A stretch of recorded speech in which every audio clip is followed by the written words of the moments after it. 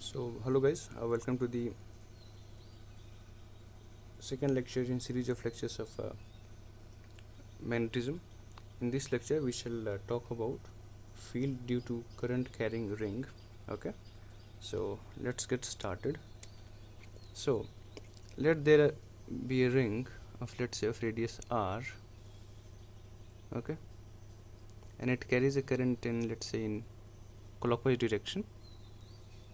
Okay, then we'll choose a differential element dl here, and this dl is very small, therefore it is almost a straight line, and this is the center. Then the angle made by this ideal with the point where we have to find the line, where we have to find the magnetic field, then the angle between them is 90 degrees. Okay, and therefore dB, because of this small differential element dl, would be mu naught I dl cross r cap upon r square 4 pi. Okay, now if you will take cross product, and we know angle is 90 degrees, therefore it the sine of pi by 2 will be 1, so we can write dB also as mu naught I dl, and this r cap is magnitude is of r cap is 1, so we will write that is 1, and angle is 90 degrees, so it is also 1, so sine pi by 2 will be 1, so and this will be 4 pi r square.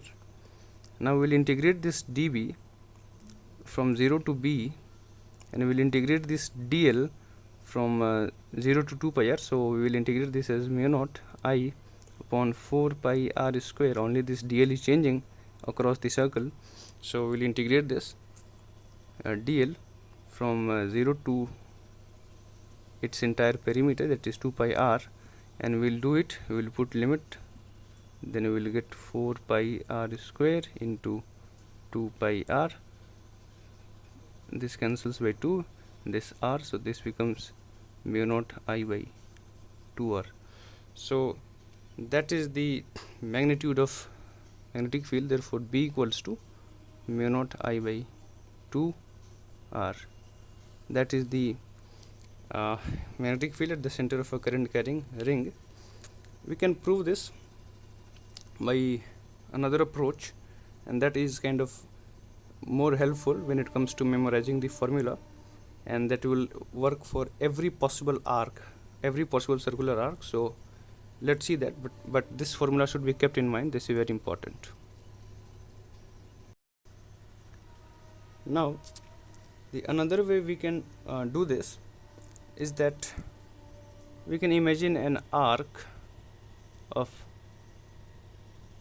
let's say, radius r, which subtends an angle theta. Okay, and this is an arc, this is an arc, just an arc, so which subtends an angle theta, and it carries a current I. Okay, so again the same dB would be mu naught I by, we'll choose again a differential element dl, and we'll do the same process again and again. So I'm just writing the previous result. dB would be mu naught I by 4 pi r square, and we have to integrate this, let's say, I dl. So I is same, only dl is changing, so we will integrate this dl across from this to this, so we'll then this will be dl. So to find net magnetic field, we have to integrate this, so we will get B as mu naught I upon 4 pi r square into dl, and we will integrate dl from 0 to r theta, because we know that arc length is, if this is theta, then this arc length would be r theta.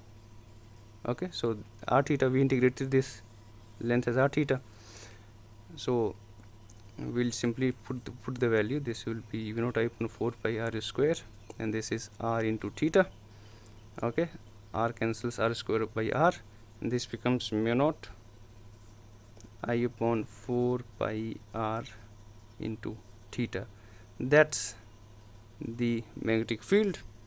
Okay, and this is theta, That is the very important formula. This is the most important formula when it comes to circular arcs or any circle. Now if you put theta here, let's say that if we put theta equals to 2 pi, we get a circle, and let's put it so mu naught I upon 4 pi r into 2 pi, this will cancel by 2 and this will become mu naught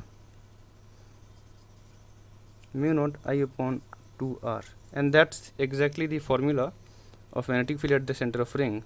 Okay, now if for, let's say, for a semicircle, theta would be pi, so the magnetic field at the center of a semicircle would be mu naught I upon 4 pi r into pi, and this pi cancels, this is mu naught I upon 4r, and that is true actually, because magnetic field at the center of semicircle will be half the magnetic field by a circle, and half of this would be this. Okay, so this is true. So this is the most important formula. This must be kept in mind. So now let's solve a few problems to get a better understanding. Okay, let's solve it.